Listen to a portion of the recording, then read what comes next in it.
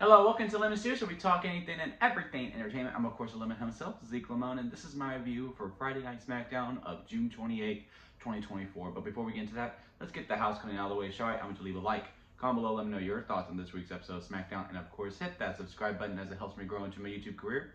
I would greatly appreciate it. So not only was this another episode of SmackDown, but it was live from Madison Square Garden, the world's most famous arena, and really the home of WWE's, what the first WrestleMania was. It's always just feels special when they're in the Garden, and they've recently been starting doing TV again there, and full throttle to Money in the Bank. So what big stuff did they have in store for SmackDown, especially with the momentum that WWE has really been on? I mean, this is what, 4 shows now where they really hit out of the park, especially with SmackDown. They are really starting to find their stride. And we'll start off with the Money in the Bank qualifiers.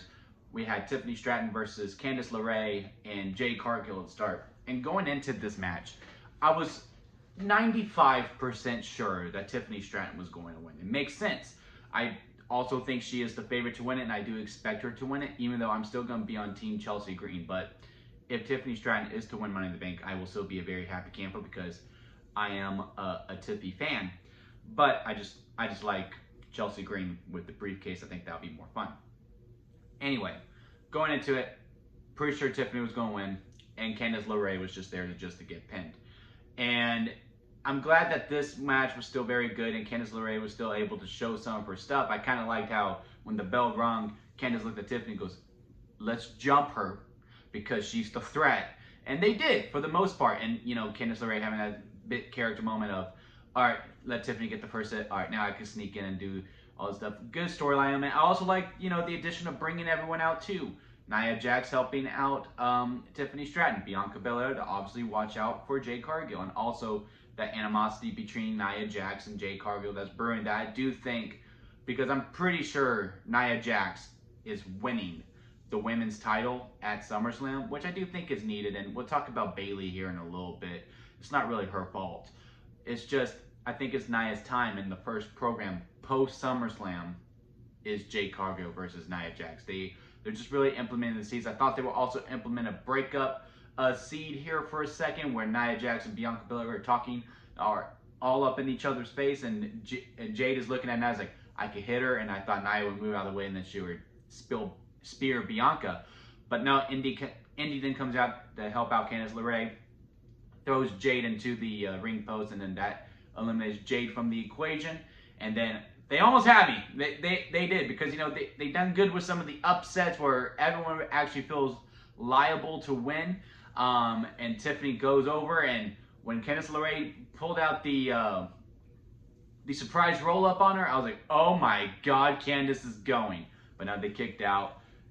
Tiffany hits the prettiest moonsault ever. She's going on to Money in the Bank, and as she should. It is the right decision to make. It was a fun match. And again, I like the story elements that we implement on it. It could be for tag team purposes, because that tag division also needs depth too. But also just when, you know, post SummerSlam, one of the things we could do, which I do think that is the program, is Jade Cargill versus Nia Jax before we get to the inevitable Bianca Belair versus Jade Cargill match. And the next one, we'll do the other women's one just to get out of the way, because this was the one where, because, you know, we said on Monday night, Raw's review, right, that these triple threat matches have all been great. They've been stellar. Like, Triple H really has it down. You know, it's ironic that Triple H's best form of match is a triple threat, because all of them have been absolute bangers. Up until this one, the match wasn't necessarily bad. I just felt like there was a miscast there, and also this was the one that was rushed, and that was Naomi versus Blair Davenport and Indi Hartwell. Again, still very story driven. I just think there was a miscast with some of the, not miscast, but some miscommunication, some of the movesets. And also with Naomi, I like her a lot. She's not utilized enough. It's just some of her movesets are just very choreographed, like the slide one and the stop. It just seems, again, it just felt rehearsed. And, you know, I don't want to use the dreaded F word by any means. But again, it just seemed very rehearsed with some of the movesets in it. And again, you can just tell this one was the one that was getting rushed, like, all right, we need to go quick. And, you know, Blair Davenport, this being her first time on the main roster, I kind of thought she was going to win, but Naomi was the right choice to do it. Also, like the added element of the story with Jade Cargill come out to make it even. Like, nope, you cost me, so now I'm going to cost you. And also with her and Naomi also being somewhat friends as well. It worked out. It worked out. Again, the match wasn't necessarily bad. It's just, out of all the triple threats that we have seen on this road to Money in the Bank, this was not the best one. It is at the bottom. I don't want to say it's the worst one because that makes it seem like it was bad. It was not. It's just, you know, out of what? 8? I want to say 8 matches that we had. It's 8. It just is what it is.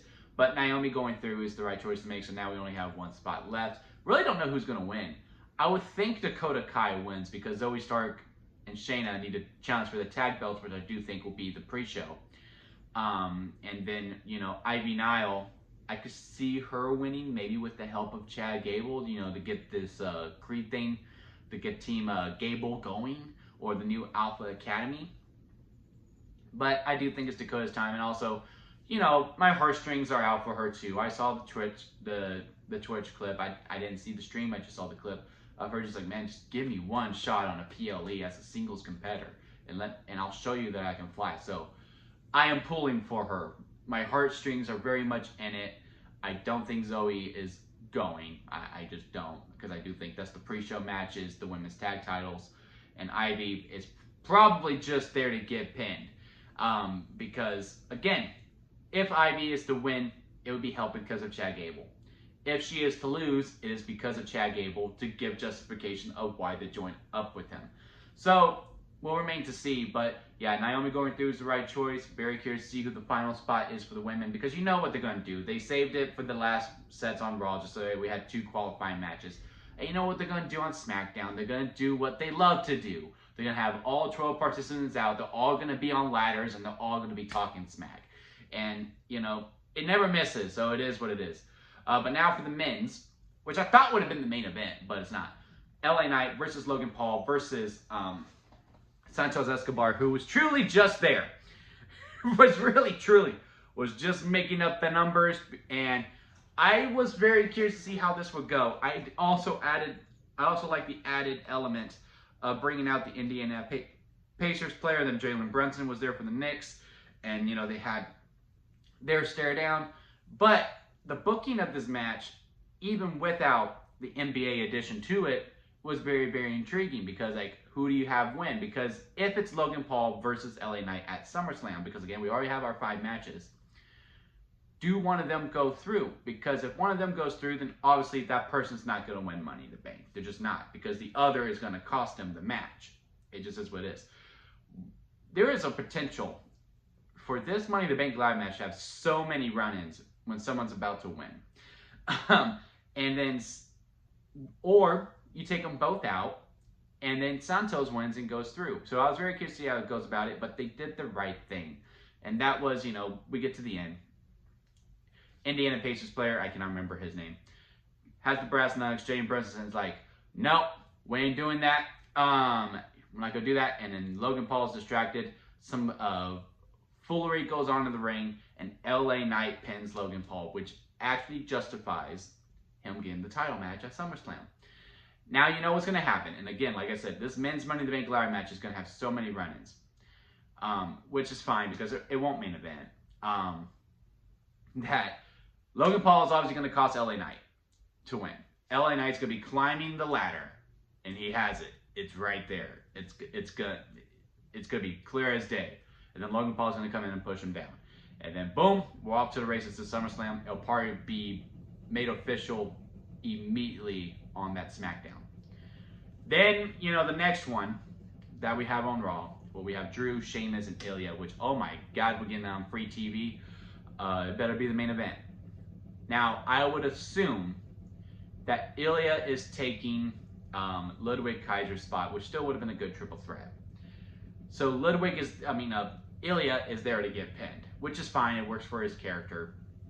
The more he gets beat down, the stronger he gets. And Sheamus is going to get sideballed by Braun Breaker, because Braun Breaker's going to be like, stop interfering in my matches, or I will cost you. Drew is going to win. He's going to be Money in the Bank. And then Drew's going to climb up, and he's going to have it, and then CM Punk's going to cost him. Like, there's going to be at least 2 run-ins, and it'll be very funny. It'll be a lot of copy and pasting. But yeah, LA Knight going through is the right decision to make. Again, I don't really see him winning it because, again, he's going to be cost. I do think it is a foot race between Jey Uso and Chad Gable at this point.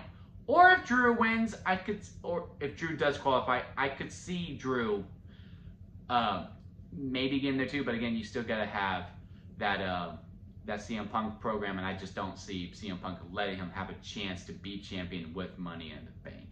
You have it out that he's in the hospital, but hey, it is what it is.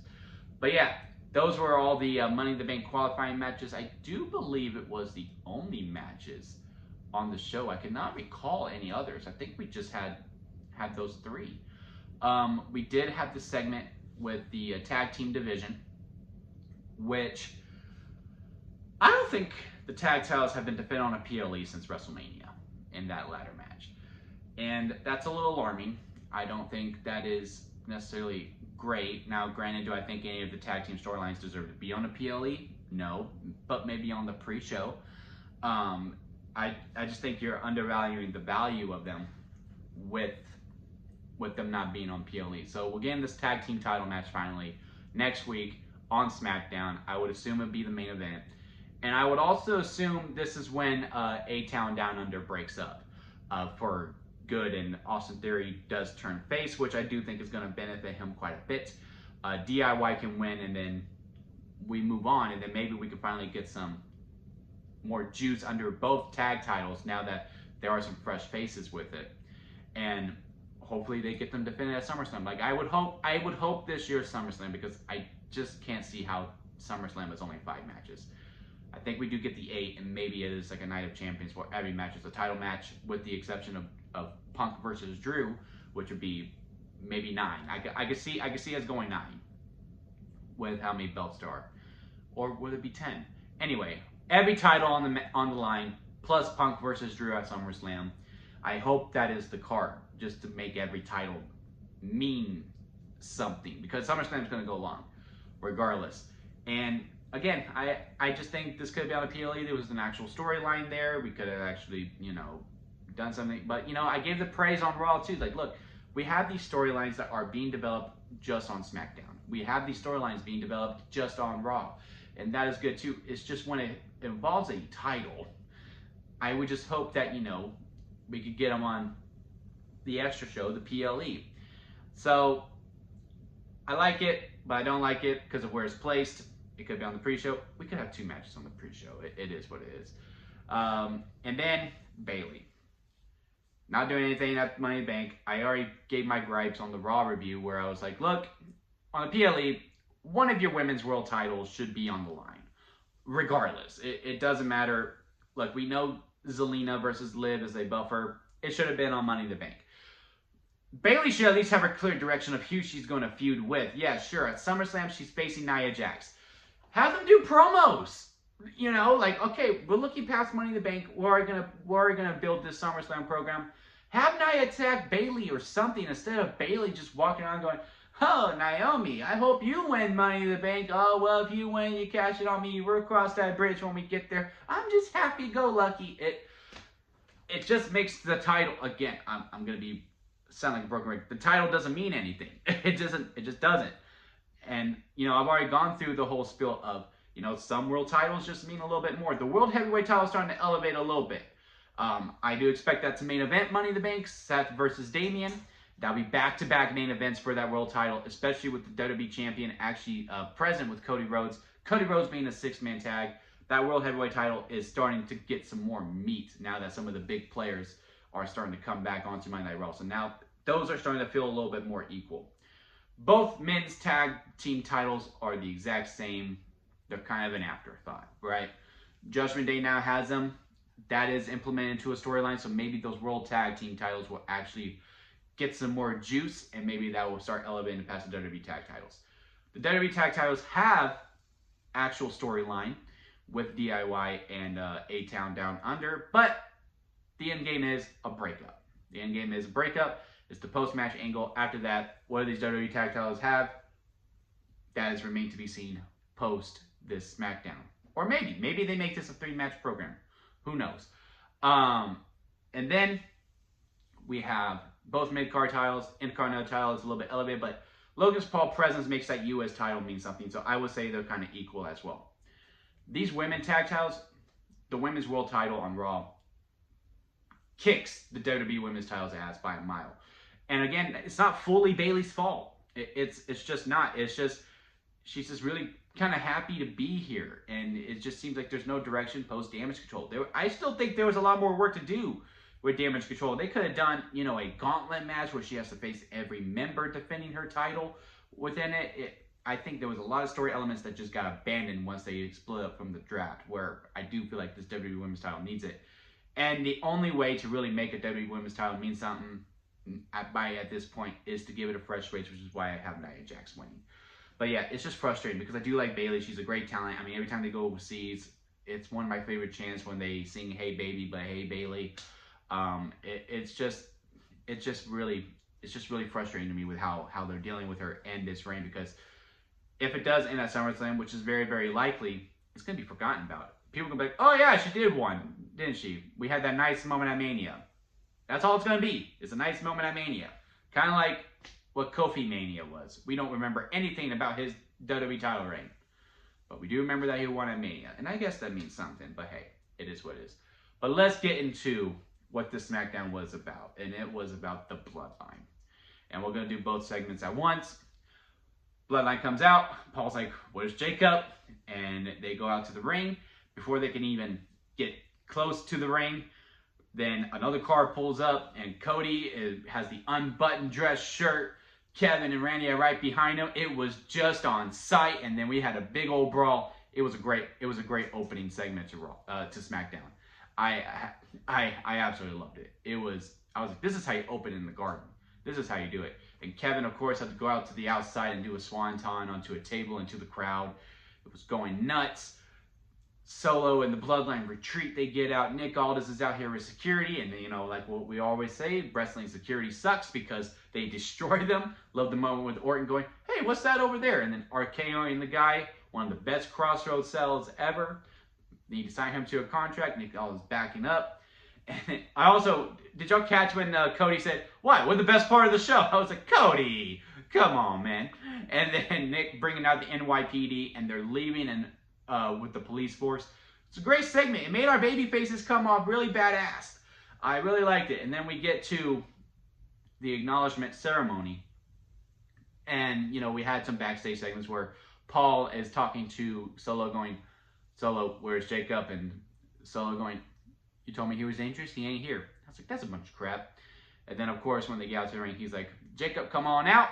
I like his new entrance. I mainly like the flames going with the beat. It was a very nice touch. They really locked in for his entrance, and I think he's going to be a real true force. And he says it. He goes, Madison Square Garden, acknowledge me. And Paul looks distraught. I heard that apparently he stopped sleeping like this whole week just to show how stressed he was. I was like, man, he's so committed to the game. I absolutely love Paul Heyman. To be like, you know what? I'm just not going to sleep since this is what we're going to do. So I can actually look very, very deteriorated. And if that's the case, man, I hope he had some great sleep last night, because he deserved it after the work that he put in. And they're all going around saying, I acknowledge you, I acknowledge you, I acknowledge you. And then we get to Heyman. They pull out the necklace, and everyone's like, how do you get Roman's necklace? I think this stems back to last week when Solo tells Paul, Roman's not coming back. Because I think he sent his boys, or maybe just Jacob. I could see that where he sent Jacob in there to kill Roman Reigns on the Island of Relevancy. Okay? Again, all storyline, right? He sent them in there to kill Roman and steal the necklace. And then that's how he got it. And when Roman comes back, and then that's revealed, like, yeah, no, you sent this dude to jump me. Or y'all, all 4 of y'all showed up and jumped me and took my necklace. That is mine. And we are going to have tribal combat later on, or war games when we do get when the Usos do rejoin back with Roman, and then maybe Sami Zayn. And then Paul, one of the best line deliveries. I mean, this is up there with again, in the Bloodline saga. This time last year, in all honesty, this is right with this time last year where Jay goes, "You're out." and I'm out too. It is exactly like that when Paul went, I acknowledge that you are not my tribal chief. And then Solo spikes him and they do the shield power bomb on him. I was like, damn. They look good. And then they put the delay around Solo, and then SmackDown goes off. I was like, okay, this is really starting to cook. Solo feels like a main event threat again. Because look, you can lose a lot, but if you have that heat, and the #1 babyface Cody Rhodes is facing Solo, who is now the #1 heel on SmackDown, that's a SummerSlam main event. We can wait for Randy versus Cody. That is going to happen at some point. It is, down the line. Will it be for the title? Who knows? But I do think it's happening. I mean, they even teased it a little bit tonight on that opening segment when Cody went, I should be defending my title against a worthy opponent, and then Randy looking at him. But now I'm on board with it. I just need Solo to become more of a threat. Jacob is a threat right now. Tama was a threat until every time he was in a match, he would get his ass beat and then he needed help. But, you know, it is what it is. Solo can get some more wins, actual convincing wins where, you know, he is the better person. Then, you know, we can get back to where we were with Solo. But this segment right here is starting to make me turn a new leaf. Again, once I thought I was out of the Bloodline because I was complaining about it last week. I was like, I might be out. They pulled me right back in. So yeah, overall, this episode of SmackDown was great. Again, 4 banger episodes with 2 on Raw and 2 on SmackDown. Keeping this momentum going as we head straight into SummerSlam. And then with Money in the Bank next week, I'm super looking forward to it. But let me know what y'all thought about it down in the comment section. And again, do not forget to squeeze the day. Life is too short to not live it to your full potential. So squeeze every opportunity to the best of your abilities. And until next time, guys, I'll see you here at Lemon Studios.